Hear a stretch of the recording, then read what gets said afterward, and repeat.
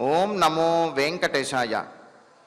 కందర్పకోటి సదృశం కరుణాంబురాశిం కాకుత్స్థవంశ కనకాచలరత్నదీపం కంజాతపత్రనయనం కరచాపబాణం కళ్యాణరామమనిషం కలయామి చిత్తే. కోటి మన్మథాకారుడు, కరుణామయ స్వరూపుడు, కాకుత్స్థ వంశోద్భవుడు అయినటువంటి శ్రీరామచంద్రునకు నమస్కరిస్తూ తదభిన్న స్వరూపుడైనటువంటి ఆ శ్రీనివాసుని యొక్క దయా విశేషం చేత సమస్త మానవాళికి ధర్మ తత్పరతను సకల కార్యసిద్ధిని చేకూర్చాలన్నటువంటి సంకల్పంతో తిరుమల తిరుపతి దేవస్థానం వారు నిర్వహిస్తున్నటువంటి శ్రీమద్ రామాయణం అయోధ్యాకాండ ప్రవచన పారాయణ కార్యక్రమంలో నేటికి మనం 308వ రోజులోకి ప్రవేశించాం. ఈ కార్యక్రమంలో ముందుగా అన్నమాచార్యుల వారి సంకీర్తన అయినటువంటి జయ జయ రామ సమర విజయ రామ అనేటటువంటి సంకీర్తనను శ్రీమాన్ పి శ్రీనివాస్ కుమార్ గారు, అన్నమాచార్య ప్రాజెక్టు కళాకారులు వారి బృందం యొక్క సహకారంతో ఆలపిస్తారు. శ్రవణం చేద్దాం. ఓం నమో వెంకటేశాయ.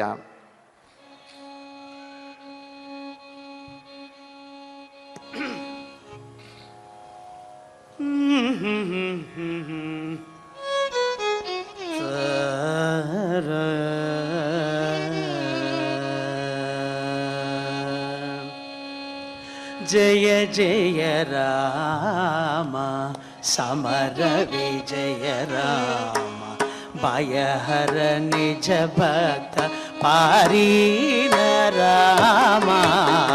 జయ జయ రామ సమర విజయ రామ భయహర నిజ భక్త పారీణ రామ.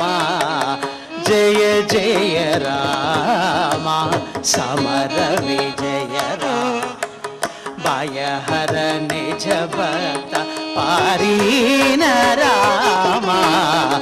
జయ జయ రామ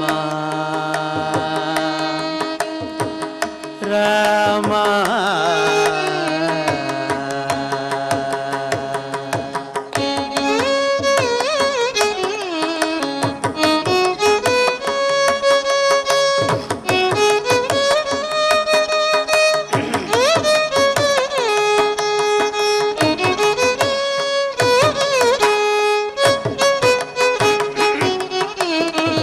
జలది బంధించిన సౌమిత్రి రామ సెలవిల్లు విరచిన సీతారామ.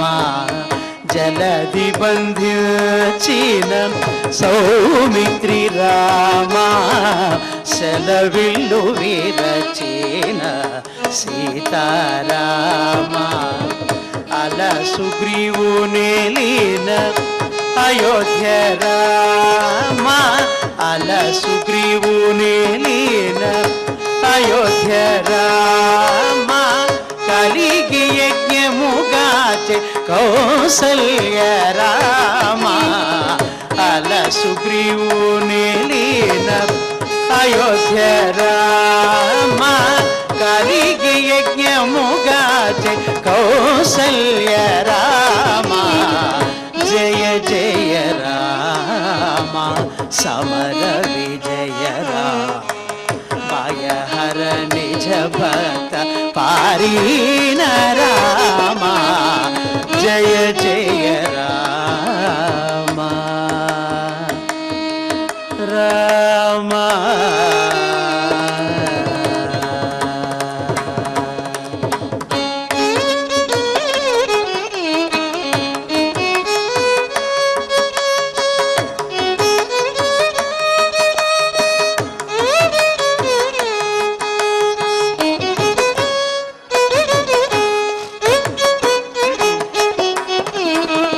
హరి రావణాంతక ఆదిత్య కుల రామ గురు మౌనులను కాచే కోదండ రామ.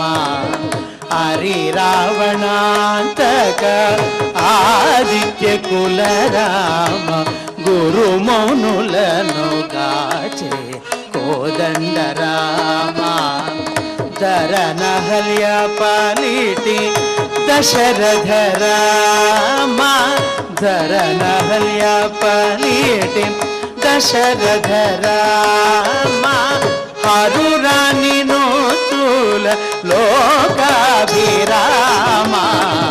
ధరనహల్య పాలిటి దశరథ రామ హరురాని నోతుల లోకాభిరామ జయ జయ రామ సమర విజయ రామ పాయహర నిజ భక్త పారీణ రామ జయ జయ రామ రామ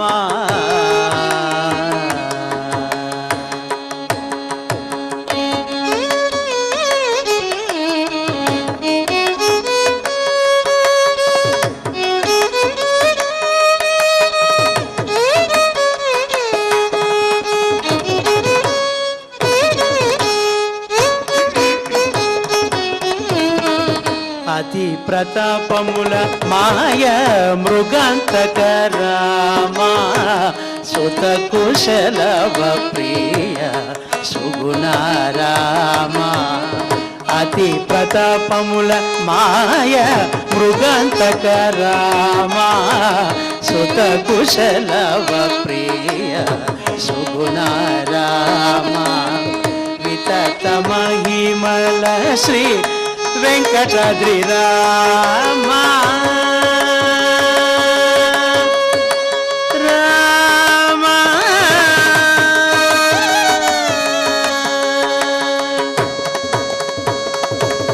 వితత మహిమల శ్రీ వెంకటాద్రి రామ మతిలోన బాయని మనువంశ రామ వితత మహిమల శ్రీ వెంకటాద్రి రామ మతిలోన బాయని మనువంశ రామ జయ జయ రామ సమర విజయ రామ పాయహర నిజ భక్త పారీణ రామ జయ జయ రామ సమర విజయ రామ పాయహర నిజ భక్త పారీణ రామ జయ జయ రామ జయ జయ రామ జయ జయ రామ రామ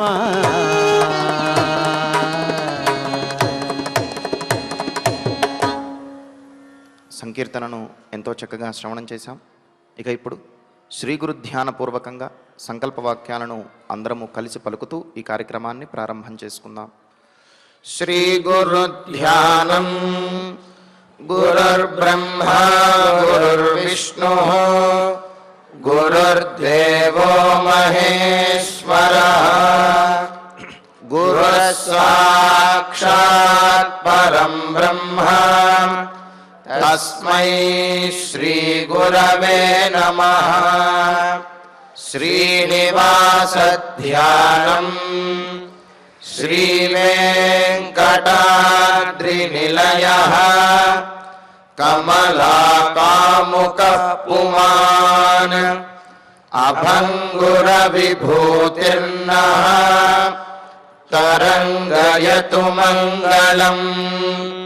అథ సంకల్పః శ్రీమదాదివరాహ క్షేత్రే విరాజమానస్య శ్రీ పద్మావతీ జానేః అఖిలాండకోటి బ్రహ్మాండ నాయకస్య శ్రీరామచంద్ర రూపాంతరస్య భగవతః శ్రీ వెంకటేశ్వర స్వామినః సన్నిధౌ హనుమత్ సీతా లక్ష్మణ భరత శత్రుఘ్న పరివార సమేత श्रीरामचन्द्र परब्रह्मणः परिपूर्णानुग्रहेण अस्मिन् भुवने समस्ताधिव्याधीनां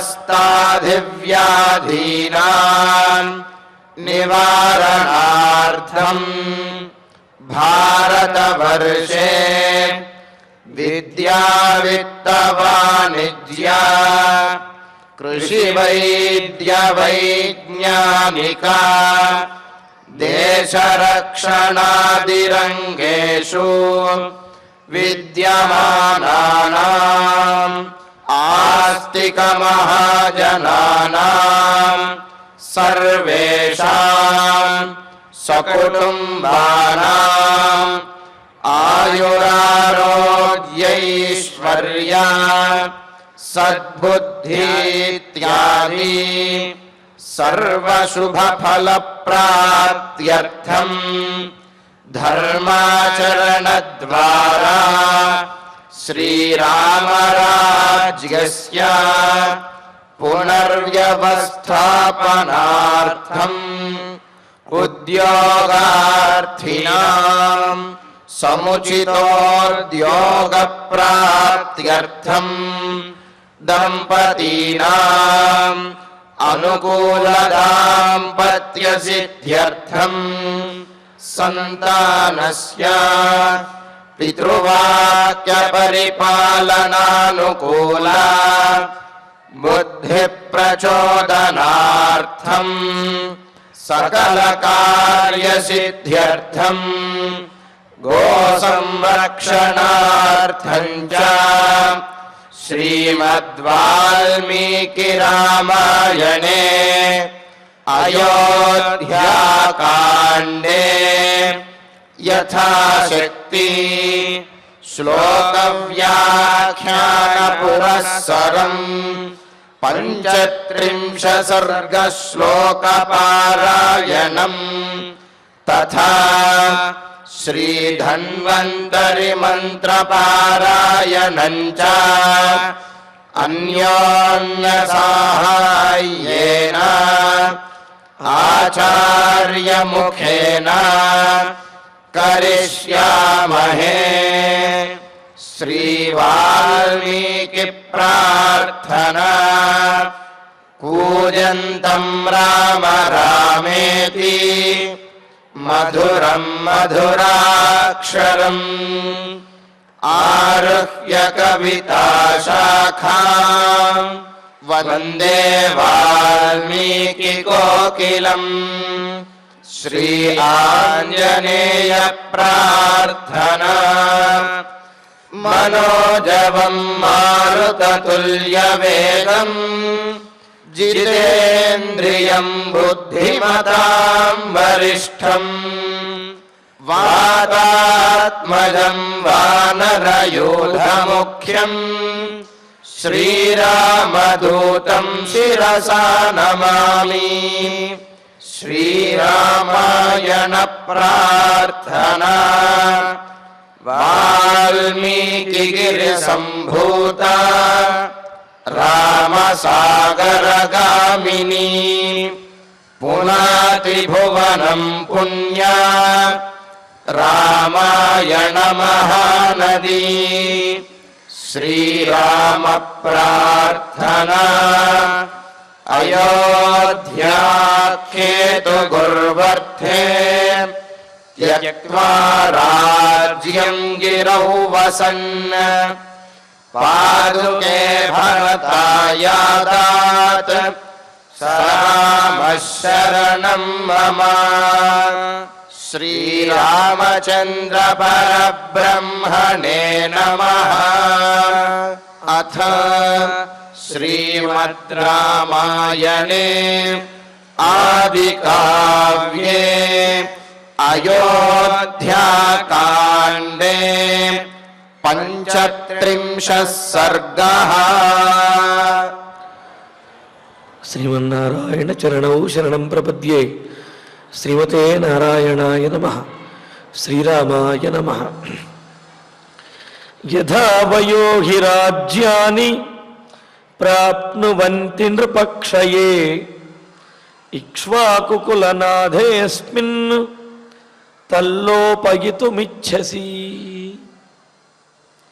సుమంత్రుల వారు కైకేయితో అంటున్నటువంటి మాటలు ఎంతమంది ఎంతగా చెప్పినా, దశరథుడు బ్రతిమిలాడినా, సవతులందరూ కూడా కన్నీరు మున్నీరుగా విలపిస్తున్నా, పరిజనమందరూ గొల్లున ఏడుస్తున్నా, అందరూ ఎంతో బాధపడుతున్నప్పటికీ కూడా కైకేయి మనస్సులో ఎటువంటి మార్పు కూడా రావడం లేదు. ఆమె మనస్సులో జాలి అనేది కలగడం లేదు.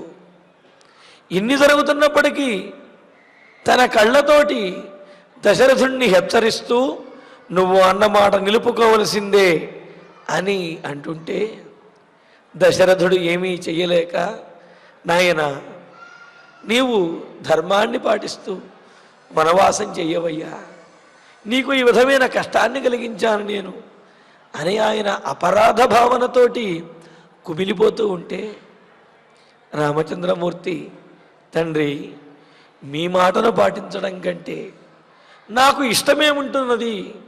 మీరు అనుకుంటున్నారు నా కొడుక్కి ఇష్టమైనటువంటిది నేను చెయ్యలేకపోతున్నాను అని.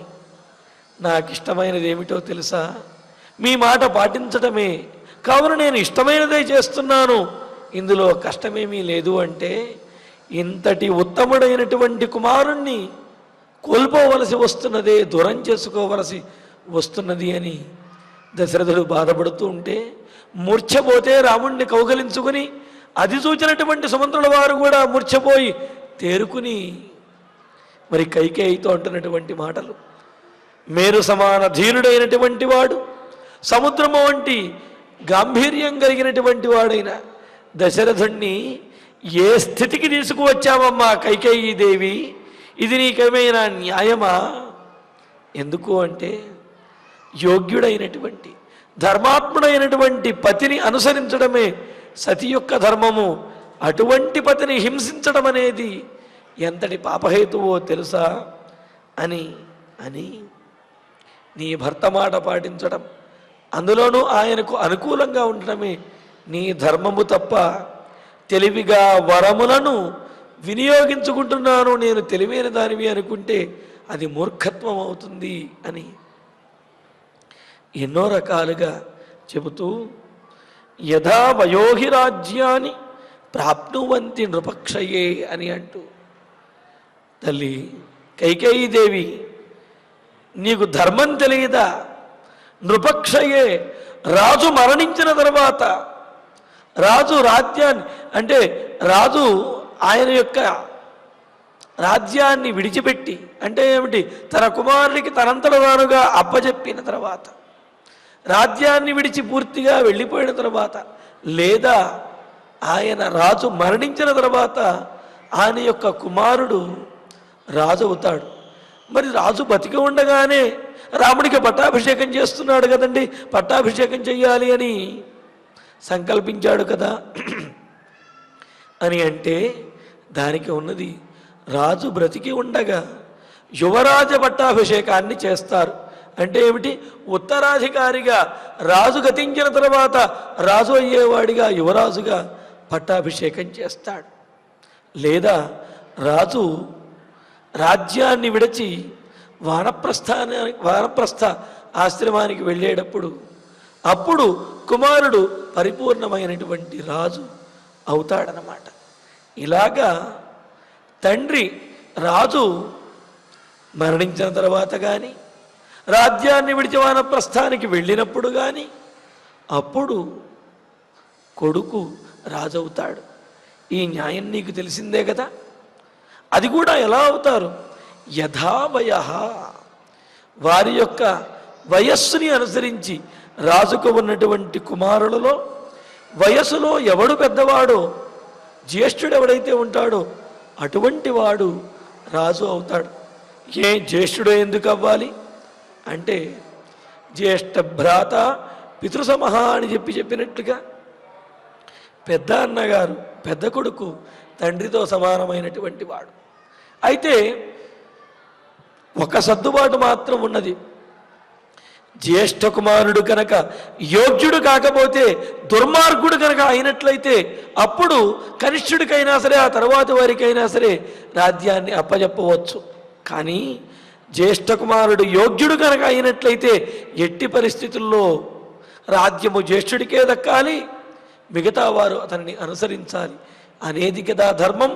యథావయ వయస్సుని అతిక్రమించకుండా వయస్సుని అనుసరించి పెద్ద కుమారుడికే రాజ్యం అనేవి ప్రాప్తించాలి అని ధర్మం ఉన్నది కదా.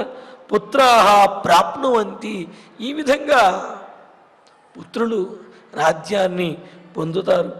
ఇదే కదా ధర్మము. అస్మిన్ ఇక్ష్వాకు కులనాథే, ఈ ఇక్ష్వాకు వంశ ప్రభువు అయినటువంటి దశరథుడు వర్తమానే సతి, జీవించి ఉండగానే, ఇంకా దశరథుడు జీవించే ఉన్నాడు, దశరథుడు అయోధ్య నగరంలోనే ఉండగానే తల్లోపహితుమిచ్చసి, వంశ పరంపరగా వస్తున్నటువంటి ఈ సంప్రదాయం ఏదైతే ఉన్నదో, రాజనీతి ఏదైతే ఉన్నదో, రాజులందరూ కూడా పరిపాలించేటటువంటి ధర్మం ఏదైతే ఉన్నదో, ఆ ధర్మాన్ని దశరథుడు బ్రతికి ఉండగానే నీవు లోపింపజేయడానికి, ఆ ధర్మాన్ని నశింపజేయడానికి పూనుకున్నావు. ఆ ధర్మాన్ని నాశనం చేసి నీ అహంకారంతో నీవు కోరుకున్నటువంటి దాన్నే ధర్మంగా భావిస్తూ ఉన్నావు. రాజు బ్రతికి ఉండగా నా కుమారుడు పరిపూర్ణమైనటువంటి రాజు అవ్వాలి అని చెప్పి నువ్వు కోరుకుంటావా? జ్యేష్ఠ కుమారుడైనటువంటి రాముడు ఉండగా తర్వాత వాడైనటువంటి భరతుడు రాజు అవ్వాలని కోరుకుంటావా? మరి ఈ తద్ధర్మలోపం, ఈ విధమైనటువంటి రెండు ధర్మాలని కూడా నీవు అతిక్రమిస్తున్నావు. ఒక ధర్మం కాదు, రెండు ధర్మాలను నీవు అతిక్రమించి రెండు ధర్మాలను నశింపజేసి నీవు అనుకున్నటువంటి దానిని ధర్మంగా భావిస్తూ దాన్ని అమలుపరచాలి అనుకుంటున్నావు. ఇదేమైనా నీకు న్యాయమా అని అంటున్నాడు.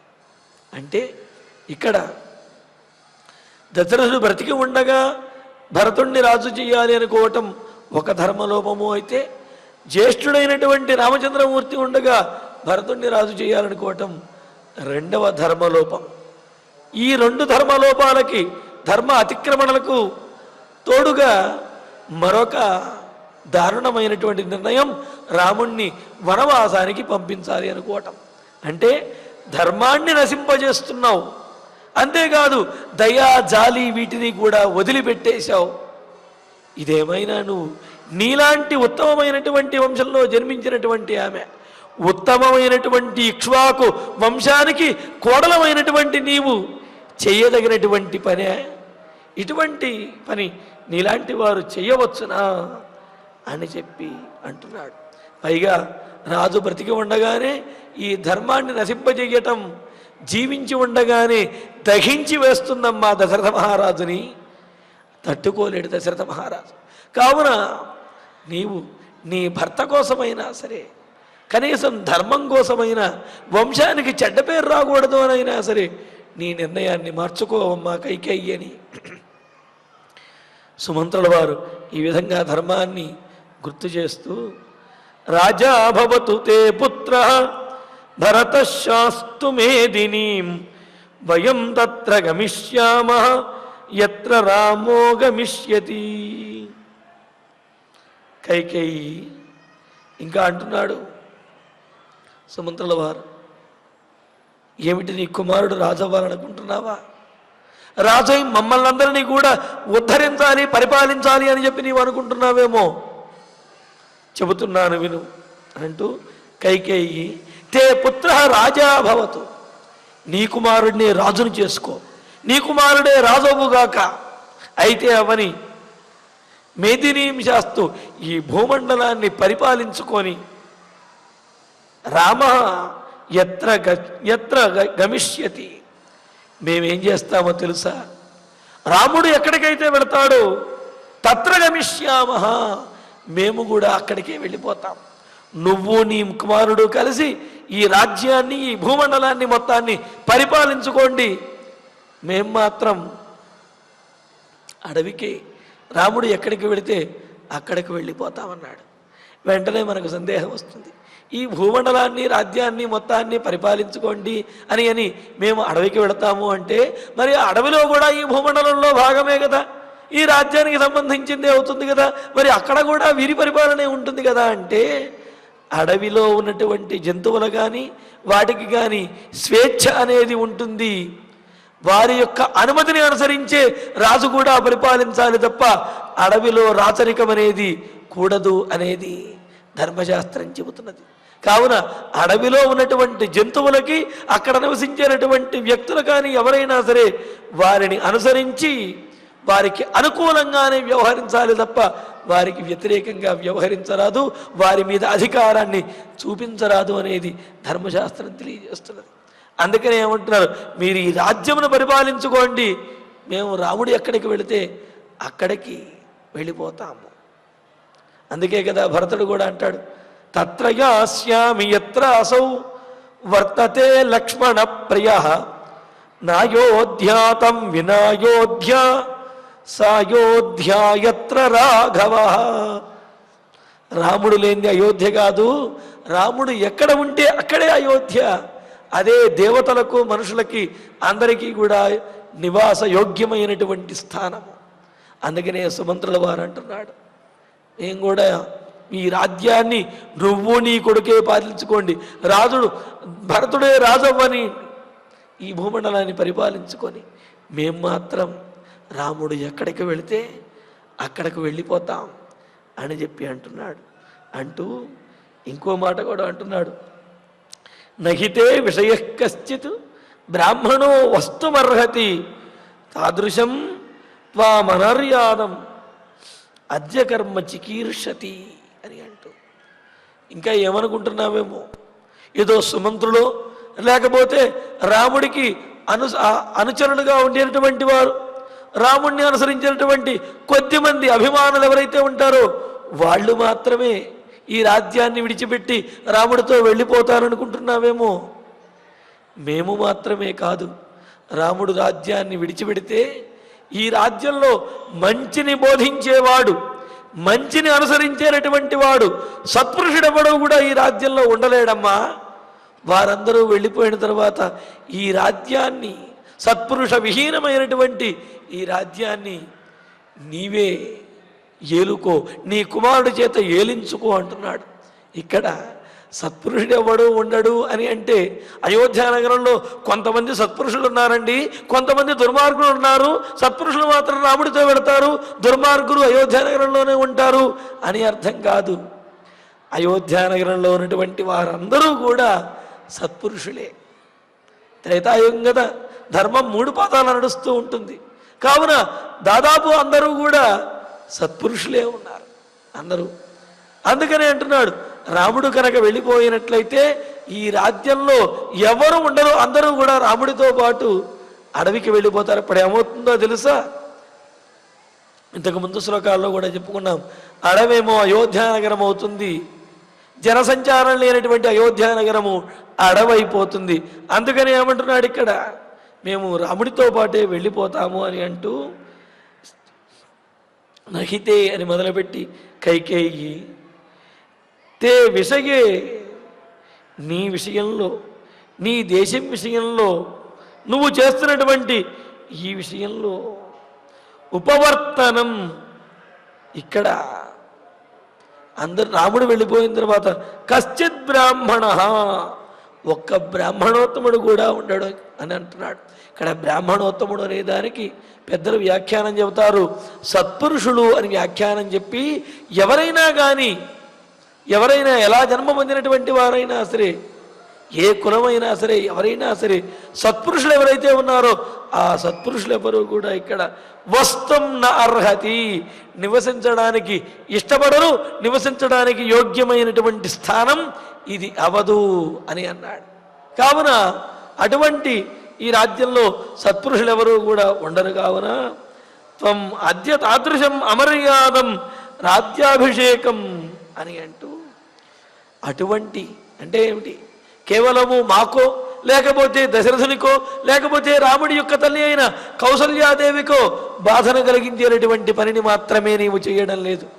రాజ్యంలో ఉన్నటువంటి అందరికీ కూడా బాధను కలిగించేటటువంటిది, ఎవరు కూడా అంగీకరించలేనటువంటిది, ఎవరూ కనీసం నివసించడానికి ఇష్టపడినటువంటిది, నివసించడానికి అయోగ్యంగా ఈ రాజ్యాన్ని నీవు, ఈ అయోధ్య నగరాన్ని నీవు చేస్తూ ఉన్నావు.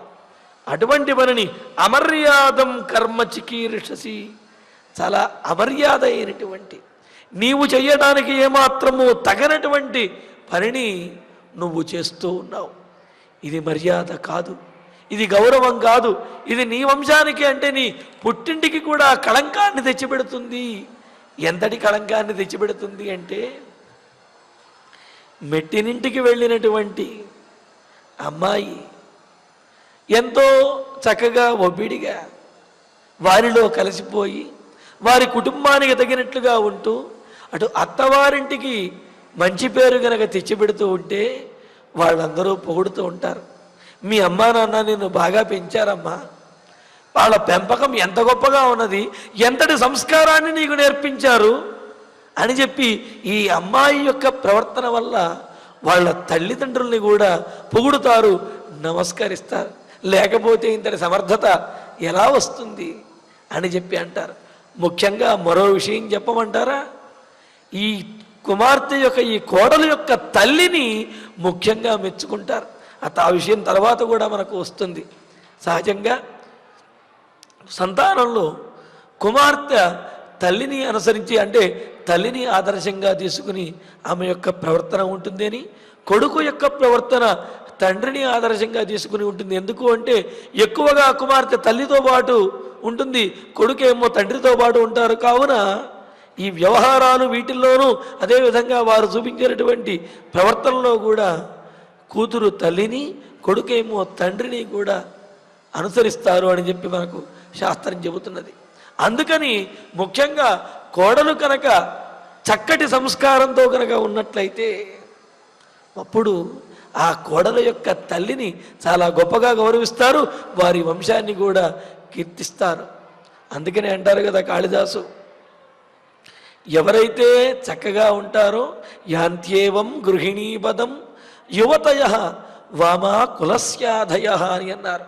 అంతకుముందు చాలా విశేషంగా చెబుతారు, శుశ్రూషస్వ గురూన్ కురు ప్రియసఖి వృత్తిం సపత్నీ జనే అని అంటూ అక్కడ శాకుంతలంలో చెబుతూ కణ్వ మహర్షి తన కుమార్తెకు చెబుతాడు, అమ్మా నీవు అత్తవారింటికి వెళ్ళిన తర్వాత పెద్దలను సేవించు, అంతేగాని నేను మా తండ్రి దగ్గర అల్లారు ముద్దుగా పెరిగాను, నేనేమి పని చేసి ఎరుగను, ఈ పనులన్నీ కూడా నాకు చేతగావు, ఇవన్నీ కూడా పనివాళ్ళతో చేయించుకోండి అని చెప్పి ఈ విధంగా ఉండొద్దు. పెద్దవాళ్ళను సేవించినట్లయితే ఆయుష్, ఆరోగ్యము, ఐశ్వర్యము అన్నీ కూడా కలుగుతాయి. కావున శుశ్రూషస్వ గురూన్, పెద్దలను సేవించు. కురు ప్రియసఖీ వృత్తిం సపత్నీ జనే, మీ సవతులు ఎవరైతే ఉంటారో వారితోటి స్నేహంగా ఉండు, అంతేగాని సవతి పోరు సర్పముల యొక్క పగ అన్నట్లుగా అటువంటి పగా ద్వేషములను ఎన్నడూ తెచ్చుకోవద్దు.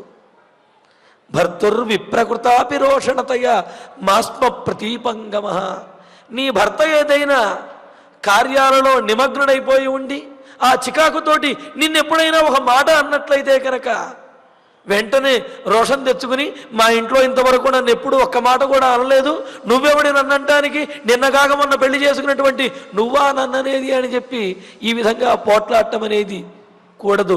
భర్తుర్విప్రకృతాపి రోషణతయ, రోషంతో భర్తకు ఎదురు తిరగకు. ఎందుకు అంటే ఒకవేళ ఏదైనా కార్యంలో నిమగ్నుడై ఉంది, చికాకుతోటి ఒకంత చిరాకు పడినప్పటికీ కూడా ఆ తరువాత అతడే కాళ్ళబేరానికి వచ్చి అతడే క్షమాపణ చెప్పి మరి ఆదరిస్తాడు, ప్రేమిస్తాడు, హక్కున చేర్చుకుంటాడు. కావున ఏదో చికాకులో ఏదో అన్నాడు కదా అని చెప్పి భర్తకు ఎదురు తిరగకు. భూయిష్టం భవ దక్షిణ పరిజనే అని అంటూ నీ సేవకులు ఎవరైతే ఉంటారో వారికి ఏదైనా ఇవ్వదలుచుకున్నప్పుడు ఆలోచించకుండా, సంకోచించకుండా దానం చేసేటప్పుడు చక్కగా సంకోచించు, దానం చేసేటప్పుడు సంకోచించకుండా దానం చెయ్యి. అంతేకాదు, నీకు భాగ్యము కలిగితే, నీకేమైనా అదృష్టం కనుక కలిగినట్లయితే నీ పుట్టింటి యొక్క సౌభాగ్యాన్ని లేకపోతే ఆ సంపదను చూసుకుని నీవు నీ అత్తవారింట్లో ఆ గర్వాన్ని ఎప్పుడూ కూడా చూపించవద్దు. భాగ్యేష్వనుత్సేకిని, లేకపోతే నీకైనా అదృష్టంతో కానీ భర్త ద్వారా కానీ ఏదైనా ప్రత్యేకమైనది లభించినప్పుడు నువ్వు దానిని చూచి గర్వాన్ని తెచ్చుకుని మిగతా వారిని తక్కువగా చూడద్దు. ఈ విధమైనటువంటి లక్షణములు కనుక ఉన్నట్లయితే యాంత్యేవం గృహిణీ పదం, ఇటువంటి లక్షణములు కనుక ఉన్నట్లయితే నీవు గృహిణి అవుతావు అన్నాడు. ఏమిటి గృహిణి లక్షణం? న గృహం గృహమిత్యాహు, గృహిణి గృహముచ్యతే అని అన్నారు. ఆ గృహమునకు యజమానురాలి అవుతావు అని చెప్పి అన్నారు. అంటే ఏమిటి? అత్తవారు ఇల్లు మొత్తము కూడా నీ స్వాధీనం అవుతుంది, అందరూ కూడా నీకు స్వాధీనమైపోయి ఉంటారు. మరి ఇంతకంటే ఒక కోడలి కంటే ఏమిటి? తాను ఎక్కడికైతే వెళ్ళినదో ఆ ఇంటిని మొత్తాన్ని కూడా తన అధీనంలోకి తెచ్చుకోవటం.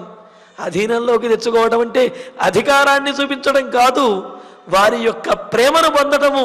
ఈమె పరోక్షంలో కూడా వారు ఈమె గురించి చాలా గొప్పగా చెప్పుకోవటము, ఈమె లేకుండా ఇల్లు లేదు అని అనుకునేంత భావన ఆ అత్తవారింట్లో కలిగించడం అన్నమాట. అలాగా యాంత్యేవం గృహిణీ పదం, ఈ విధంగా సంస్కారంతో ఉన్నటువంటి వారు ఆ అత్తవారి ఇంటికి యజమానురాలు అవుతారు. వామా కులస్యాధయ, ఈ విధంగా ఉండనటువంటి వారు ఎవరైతే ఉంటారో వారు కులస్యాధయ అనే దానికి ఇటు అత్తవారింటి వంశానికి చెడ్డ పేరు తీసుకువస్తారు, అలాగే వారి యొక్క పుట్టింటి వంశానికి కూడా చెడ్డ పేరు తీసుకొని వస్తారు అని చెప్పి అన్నారు. అందుకనే ఆ ఇంటి కొత్త కోడలు ఎంత గొప్పగా ఉండాలి అంటే రెండు వంశములకు కూడా మంచిని, అంటే ఏమిటి, గొప్ప పేరు తెచ్చే విధంగా ఉండాలి. కానీ మరో రకంగా కనుక ఉన్నట్లయితే రెండు వంశములకు కూడా అది నష్టాన్ని చేకూర్చుతుంది అని చెప్పి అంటున్నాడు అనమాట. అందుకని ఏమన్నాడు? నీ వంటి గొప్ప వంశంలో జన్మించినటువంటి దానివి, గొప్ప వంశానికి కోడలు అయినటువంటి నీవు ఇటువంటి పని చేయటం ఏమాత్రము కూడా యోగ్యము కాదు అని ఆశ్చర్యమివ పశ్యామి యస్యాస్తే వృత్తమీదృశం ఆచరంత్యాన వివృత సత్యో భవతి మేదిని. అంతేకాదమ్మా, ఇంతటి గొప్ప వాళ్ళకి నీవు అపాయాన్ని అపకారాన్ని చేస్తూ ఉంటే మరి ఈ భూమి బద్దలైపోవాలి. కానీ నువ్వు నీ ఇష్టం వచ్చినట్లుగా ఎన్ని రకాలుగా నీ ఇష్టం వచ్చినట్టు ఉన్నప్పటికీ కూడా ఈ భూమండలం బద్దలవటం లేదే, మేమందరము కూడా ఇలాగే ఉన్నామే, ఏమిటి ఈ వైపరీత్యము అని అంటూ ఆశ్చర్యమివ పశ్యామి యస్యాస్తే వృత్తమీదృశం ఆచరింత్యా నవివృత సద్యో భవతి మేదిని అని ఈదృశం వృత్తం ఆచరించ, ఇటువంటి దుష్టమైనటువంటి కుసంస్కారంతో ఉన్నటువంటి పనులు చేస్తున్న నడవడికతో ఉన్నటువంటి యస్యాహతే మేదిని సద్య, నీ విషయంలో ఈ భూమి సద్య మేదిని వివృత రెండుగా చీలిపోయి ఆ భూమిలో నువ్వు కూరుకుపోవాలి. అసలు నిన్ను భరించలేక, నీ వంటి పాపాత్మురాలని భరించలేక ఈ భూమండలం నీకు నిలువ నీడలేకుండా, అంటే ఏమిటి, నీవు నుంచోవడానికి స్థానాన్ని ఇవ్వకుండా నీవు నుంచున్నటువంటి చోట భూమి చీలిపోవాలి. కానీ అలా జరగటం లేదే. నువ్వు ఇంత పాపాత్మురాలు అయినప్పటికీ కూడా నిన్ను ఈ భూమండలం భరిస్తూనే ఉన్నది కదా అని అంటూ మేదినీ సద్య వివృత నభవతి, భూమి నువ్వు నుంచున్న చోట చీలిపోవటం లేదే. ఏమిటి ఆశ్చర్యం ఇవ పశ్యామి, ఇది చాలా ఆశ్చర్యంగా ఉన్నది.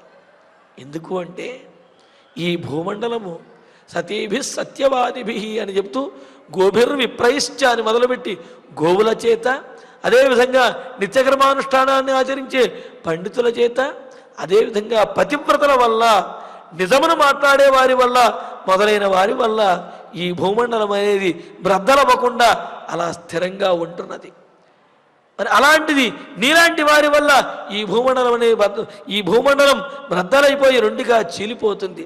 నీలాంటి వారిని ఈ భూమండలం భరించలేదు, అందుకనే బ్రద్దలైపోతుంది. కానీ ఆ విధంగా జరగటం లేదు అంటే ఆశ్చర్యంగా ఉన్నది అని చెప్పి సుమంత్రుల వారు ఈ విధంగా నిందించిన కైకేయిలో మార్పు వస్తుందేమోనని ఈ విధంగా నిందిస్తూ ఉన్నాడు. మహాబ్రహ్మర్షి జుష్టాపా జ్వలంతో భీమదర్శనా దిగ్వాగ్దండ నహింసంతి రామ ప్రవ్రాజనే స్థితాం. ఇంతే కాదమ్మా, లోకమంతా కూడా, లోకంలో ఉన్నటువంటి తపస్వి జనులందరూ కూడా నిన్ను శపిస్తారు అని చెప్పి అంటున్నాడు. శపిస్తారు అంటున్నాడు. కానీ ఇక్కడ మరొక అంతరార్థం ఏమిటి అంటే, రాముడు వనవాసానికి వెళ్ళడం ద్వారా మహర్షులందరికీ కూడా మంచి, అడవిలో ఉండేటటువంటి మహర్షులందరికీ మంచే జరిగిందనమాట. కాకపోతే ఇక్కడ మాత్రము ఈ సందర్భంలో రాముడు వనవాసానికి వెళుతున్నాడు అనే బాధలో సుమంత్రుల వారు అంటున్నటువంటి మాట మహాబ్రహ్మర్షి జుష్టా. ఈ అయోధ్యానగరంలో ఉన్నటువంటి మహాబ్రహ్మర్షి జుష్టా, వశిష్ఠుడు మొదలైనటువంటి బ్రహ్మర్షులు ఎవరైతే ఉన్నారో అయోధ్యానగరంలో ఉన్నటువంటి వారందరూ కూడా జ్వలంత, ప్రజ్వరిల్లుతూ ఆ తీవ్రమైనటువంటి ఆవేశాన్ని పొందినటువంటి వారై భీమదర్శనా, వారి యొక్క సాత్వికమైనటువంటి రూపాన్ని భయంకరమైనటువంటి రూపంగా మార్చుకున్నటువంటి వాళ్ళు దిగ్వాగ్దండా. దిగ్ అంటే కనుక చీత్కారం, ఛే అంటాం కదా, దానినే దిక్ అంటారన్నమాట. అంటే నీచమైనది అని చెప్పటం. ఆ విధంగా దిగ్వాగ్దండా, ఛీ అంటూ నిన్ను చీకొడుతూ వాళ్ళు మాట్లాడేటువంటి మాటలు ఏవైతే ఉన్నాయో అవి రామ ప్రవ్రాజనే స్థితాం నహింసంతివా. ఇలా రాముణ్ణి నువ్వు వనవాసానికి పంపిస్తుంటే ఈ అయోధ్యానగరంలో ఉన్నటువంటి వశిష్ఠుడు మొదలైనటువంటి బ్రహ్మర్షులందరూ కూడా నిన్ను చీకొడుతూ ఉంటే, అటువంటి చీత్కారములతో కూడిన వజ్రసదృశమైనటువంటి వారి యొక్క మాటలు నిన్ను బాధపెట్టవా? నువ్వు రాజభార్యవే, రాజుగారికి కుమార్తెవు కదా, ఇటువంటి నీవు అందరి చేత కూడా చీకొట్టించుకుంటే అది నీకు బాధ కలగదా? కనీసం ఇంతటి నీచమైనటువంటి స్థితికి దిగజారుతున్నానే అనే భావన కూడా నీలో ఏమాత్రము ఉండదా? ఇప్పటికైనా తెలుసుకో, నీవు ఎంత దిగజారుతున్నావో, నీ పరిస్థితి ఎలా ఉన్నదో. దశరథ మహారాజుతో కూడి ఉండి జయజయధ్వానాలు పొందినటువంటి నీవు, అందరి యొక్క మన్ననలను కూడా పొందినటువంటి నీవు, వీరవనితగా పేరు పొందినటువంటి నీవు రాముణ్ణి కనుక వనవాసానికి పంపించావంటే, రాముడు వనవాసానికి వెళుతూ ఉంటే ఉన్నటువంటి సాత్విక శిఖామణులు కూడా, గొప్పవారు కూడా నిన్ను చీకొడుతూ ఉంటే నీకు ఏమాత్రము బాధ కలగదా?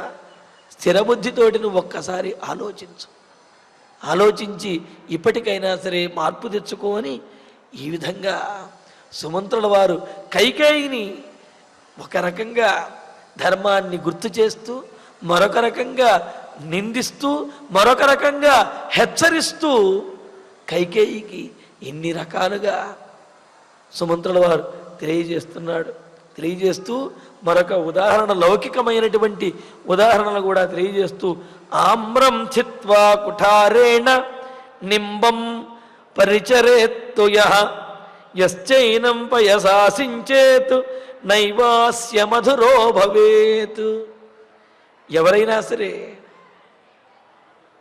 ఒక చేతిలో మామిడి పండుని, మరి ఒక చేతిలో వేప పండుని, వేపకాయని ఇచ్చి ఈ రెండిట్లో నీకు ఏది ఇష్టము అని అంటే, బుద్ధి లేని వాడైనా సరే మామిడి పండే కావాలని కోరుకుంటాడు తప్ప వేపకాయ తింటాను అని చెప్పి కోరుకోడు. నువ్వు చేస్తున్న పని ఎలా ఉన్నదో తెలుసా? మధురమైనటువంటి మామిడి పండును పక్కన పడేసి చేదుగా ఉండే వేపకాయని నీవు ఆస్వాదించాలి, తినాలి అని చెప్పి అనుకుంటున్నావు. నీకంటే మూర్ఖులు ఇంకెవరైనా ఉంటారా అని చెప్పి అంటూ లౌకికమైనటువంటి ఉదాహరణ అని చెబుతున్నారు. ఆమ్రం చిత్వా కుటారేణ నింబం పరిచరేత్తు యశ్చైనం పయసాసించేత్ నైవాస్య సదృశం భవేత్ నైవాస్య మధురో భవేత్ అని అన్నాడు. మరో మాట కూడా చెబుతున్నాడు ఇక్కడ ఉదాహరణగా. ఎవరైనా ఇంట్లో 2 వృక్షములు ఉన్నప్పుడు, అంటే ఒకటి వేప చెట్టు కానీ, రెండవది మామిడి చెట్టు, ఫలసాయమనిస్తున్నటువంటి మామిడి చెట్టు. అటువంటప్పుడు రెండిట్లో ఒకటి ఛేదించవలసి కనుక వచ్చినట్లయితే అప్పుడు ఏం చేస్తారు? వేప చెట్టును తీసేసి మామిడి చెట్టును ఉంచుకుంటారు. అంటే ఏమిటి? ఛేదించవలసి వస్తే ఛేదించమని చెప్పి ఏ చెట్టును ఛేదించమని చెప్పి చెప్పలేదు. రెండింటిని కూడా ఆధారంగానే చూడాలి, రెండింటిని ఛేదించకూడదు. కానీ ఇక్కడ ఏం చెబుతున్నాడు? ఒకవేళ ఛేదించవలసి కనుక వచ్చినట్లయితే అక్కడ ఆమ్రం కుఠారేణ చిత్వా అని అన్నాడు. ఎవరైనా ఏం చేస్తారు? మామిడి చెట్టునే కదా ఉంచుకునేది, కానీ నీవేం చేస్తున్నావో తెలుసా? ఆమ్రం కుఠారేణ చిత్వా, మామిడి చెట్టుని పదునైనటువంటి గొడ్డలతోటి మొదలుకు నరికేసి చిత్వా ఛేదించి నింబం పరిచరేత్, వేప చెట్టుకి పాదులు చేస్తూ ఉన్నావు. అంటే ఏమిటి? వేప చెట్టు మామిడి చెట్టు రెండూ మొలకెత్తినప్పుడు రెండింటిలో ఒకటే ఉంచవలసి వచ్చినట్లయితే ఆ వేప మొక్కని మరొక చోట నాటి మామిడి చెట్టును మాత్రము దాన్ని పాదు చేసి పెంచి పోషిస్తారు. కానీ నువ్వేం చేస్తున్నావో తెలుసా? అలా మొలిచినటువంటి రెండు మొక్కలలో మామిడి చెట్టుని పదునైనటువంటి గొడ్డలతో నరికేసి ఛేదించి అవతల పడేసి నీవు వేప చెట్టుకి పాదు చేసి ఆ మొక్కను పెంచి పెద్ద చేయాలి అనుకుంటున్నావు. ఇంతకంటే మూర్ఖత్వం ఉంటుందా? యశ్చ ఏనం పయసాసించేత్, నువ్వు అనుకుంటున్నావేమో పాలు పోసి గనక పెంచినట్లయితే వేప చెట్టుగా అంటే వేపకాయలు కూడా మధురంగా వస్తాయి అని చెప్పి నువ్వు అంటున్నావేమో.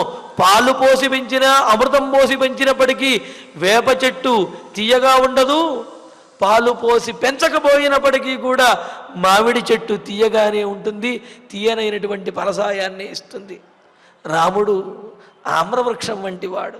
అటువంటి రాముణ్ణి నీవు పాదులోంచి పీకి అవతల పడేసి వేప మొక్కకి పాదు చేసి దాన్ని పెంచి పోషించాలనుకుంటున్నావు అని అంటున్నాడు. ఇక్కడ అదే చెబుతున్నాడు. యశ్చ, ఎవరైతే ఏనం పయసాసించేత్, ఆ వేప చెట్టుని ప్రతిరోజు కూడా పాలు పోసి పాలుతోటి తడిపి సించేత్ పెంచితే అస్య సహ మధుర నభవేత్, ఈ వేప చెట్టుకి మామిడి చెట్టుకు వచ్చేటటువంటి మాధుర్యం అనేది ఎప్పటికీ రానే రాదు. మామిడి చెట్టే, వేప చెట్టే. నువ్వు మాత్రం ఏం చేస్తున్నావో తెలుసా?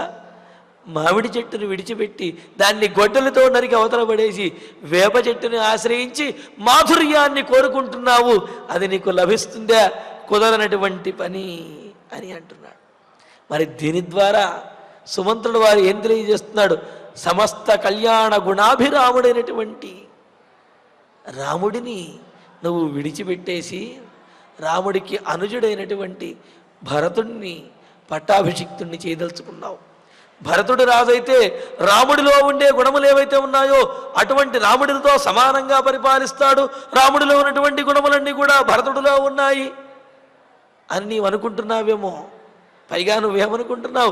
రాజ్యంలో సింహాసనం మీద కూర్చోబెడితే రాముడిలో ఉన్న లక్షణాలన్నీ కూడా భరతుడికి కూడా నేర్పించవచ్చునేమో అనుకుంటున్నావేమో. రాముడు రాముడే, భరతుడు భరతుడే. అదేదో చెప్పినట్టుగా ఎంత శిక్షణ ఇస్తే మాత్రం సునకము సింహంలా మారుతుందా? సింహం సింహమే, గ్రామసింహమే అని అంటారు కదా. కావున నీవు రాముడిని విడిచిపెట్టేసి ఎవరినో ఆశ్రయించాలి అనుకుని రాముడిలాగా పరిపాలిస్తారనుకుంటే అది కుదరనటువంటి పని. అయితే వాస్తవానికి భరతుడు కూడా గొప్పవాడే, ఆ మాటను రాముడే ఒప్పుకుంటాడు. భరతుడికి కూడా అన్నగారి మీద అమితమైనటువంటి ప్రేమ. ఇంకో విషయం చెప్పేది ఏమిటంటే, ఇక్కడ ఏదైతే సుమంత్రుల వారు చెప్పారో ఇవే మాటలని భరతుడు కూడా చెబుతాడు. ఇది అందులో ఉన్నటువంటి విశేషం. భరతుడికి రాజ్యాన్ని ఇస్తే నీవు పరిపాలించవలసినటువంటి రాజ్యాన్ని పరిపాలించేంతటి యోగ్యతా సామర్థ్యము కూడా నాకు లేవు అన్నయ్య, మీరు పరిపాలించకపోతే మీ పాదుకలు పరిపాలిస్తాయి అని చెప్పి రాముడి యొక్క పాదుకలని రాజుగా చేసి ఆ పాదుకలకి అనుచరుడుగా ఉన్నాడు భరతుడు. అంటే భరతుని ఉద్దేశ్యము కూడా సుమంత్రుల వారి యొక్క ఉద్దేశం ఏదైతే ఉన్నదో అదే భరతుని యొక్క ఉద్దేశ్యం. మరి అందుకనే ఇక్కడ సుమంత్రుల వారు కూడా ఏమని చెబుతున్నాడు?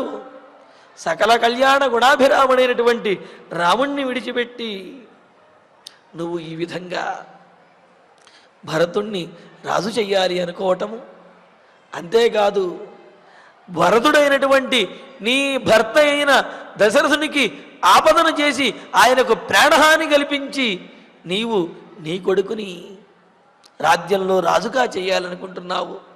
ఇదంతా కూడా అపాయానికి దారితీస్తుంది. ఆ వచ్చేటటువంటి ఫలం అనేది చేదు అనుభవాలను ఇస్తుంది. ఇక్కడ వేప చెట్టుతో పోల్చడంలో ఉద్దేశం ఏమిటి అంటే, నువ్వు ఎంత ప్రయత్నించినప్పటికీ కూడా కలగబోయే అనుభవం అనేది చేదు అనుభవమే. మరి జరిగింది అదే కదండి. రాముడు వనవాసానికి వెళ్ళిన తర్వాత అయోధ్య నగరంలో ఏం జరిగింది అనేది మనకు తెలుస్తున్నది కదా. కావున అటువంటి అనుభవాన్ని నీవు పొందుతావు. నీవు మధురమైన ఆమ్రవృక్షాన్ని, మామిడి వృక్షాన్ని విడిచిపెట్టి వేప వృక్షానికి పాలు పోసి పెంచి మాధుర్యాన్ని పొందుతామనుకుంటున్నావు, అది అసంభవము అని చెప్పి ఈ విధంగా సుమంత్రుల వారు కైకేయికి యుక్తియుక్తంగా కూడా బోధిస్తూ ఉన్నాడు. మరి కైకేయి దానికి ప్రతిగా ఏం మాట్లాడింది? రామచంద్రమూర్తి ఏ విధంగా వనవాసానికి బయలుదేరాడు, సుమిత్ర అదేవిధంగా కౌసల్య మాట్లాడినటువంటి మాటలు ఏమిటనే విశేషాలను తరువాతి ప్రవచనంలో తెలుసుకుందాము. ఇక ఇప్పుడు ఆచార్యులు వారి ద్వారా శ్లోకాలను పారాయణ చేసుకుందాము. యథా వయోహి రాజ్యాని ప్రాప్నువంతి నృపక్షయే ఇక్ష్వాకుకుల నాథేస్మిన్ ఇక్ష్వాకుకులనాథేస్మిన్ తల్లోపయితుం ఇచ్ఛసి రాజా భవతు తే పుత్రః భరతశాస్తు మేదిని వయం తత్ర గమిష్యామః రామో యత్ర గమిష్యతి నహితే విషయే కశ్చిత్ బ్రాహ్మణః వస్తుమర్హతి తాదృశం త్వమమర్యాదం అద్య కర్మ చికీర్షసి ఆశ్చర్యమివ పశ్యామి యస్యాస్తే వృత్తమీదృశం ఆచరంత్యాం న వివృతా సద్యో భవతి మేదిని మహాబ్రహ్మర్షి జుష్టావా మహాబ్రహ్మర్షి జుష్టావా జ్వలంతః భీమదర్శనా ధిగ్వాగ్దండాః నహింసంతి రామప్రవ్రాజనే స్థితాం ఆమ్రం చిత్వా కుఠారేణ నింబం పరిచరేత్తు యః యశ్చైనం పయసాసించేత్ నైవాస్య మధురో భవేత్ ఇత్యార్షే శ్రీమద్ రామాయణే ఆదికావ్యే అయోధ్యాకాండే పంచత్రింశే సర్గే షట్ శ్లోకాః ఫలశ్రుతి నుండి మంగళాంతం వరకు అందరము కలిసి పఠిద్దాం. ఫలశ్రుతి ఆయుష్యమారోగ్యకరం యశస్యం సౌభ్రాతృకం బుద్ధికరం సుఖం చ శ్రోతవ్యమేతన్నియమేన సద్భిః ఆఖ్యానమోజస్కరమృద్ధికామైః శ్రీరామచంద్ర పరబ్రహ్మణే నమః. అథ ధన్వంతరి ధ్యానం అచ్యుతానంద గోవింద విష్ణో నారాయణామృత రోగాన్ మే నాశయా శేషాన్ ఆశు ధన్వంతరే హరే. ఆరోగ్యం దీర్ఘమాయుష్యం బలం తేజోధియం శ్రియం స్వభక్తేభ్యోనుగృహంతం వందే ధన్వంతరిం హరిం. ధన్వంతరేరిమం శ్లోకం భక్త్యా నిత్యం పఠంతి యే అనారోగ్యం న తేషాం స్యాత్ సుఖం జీవంతి తే చిరం. ఓం నమో భగవతే వాసుదేవాయ. ధన్వంతరయే అమృతకలశహస్తాయ వజ్రజలౌకహస్తాయ సర్వామయ వినాశనాయ త్రైలోక్యనాథాయ మహావిష్ణవే స్వాహా. ఓం వాసుదేవాయ విద్మహే సుధాహస్తాయ ధీమహి తన్నో ధన్వంతరి ప్రచోదయాత్.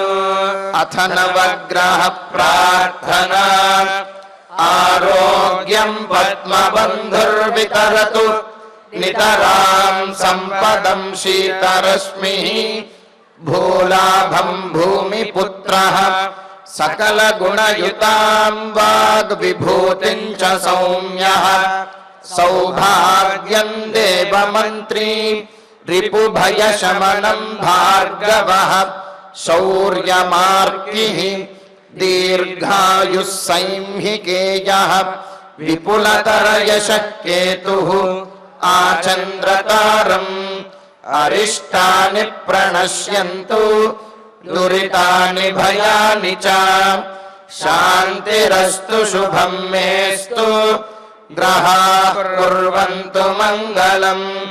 అథ క్షమా ప్రార్థనా యదక్షరపదభ్రష్టం మాత్రాహీనం చ యద్భవేత్ తత్సర్వం క్షమ్యతాం దేవ నారాయణ నమోస్తుతే. అథ భగవత్సమర్పణం కాయేన వాచా మనసేంద్రియైర్వా బుద్ధ్యాత్మనా వా ప్రకృతే స్వభావాత్ కరోమి యద్యత్ సకలం పరస్మై నారాయణాయేతి సమర్పయామి. అథ మంగళం శ్రియః కాంతాయ కళ్యాణ నిధయే నిధయేర్థినాం శ్రీవేంకటనివాసాయ శ్రీనివాసాయ మంగళం.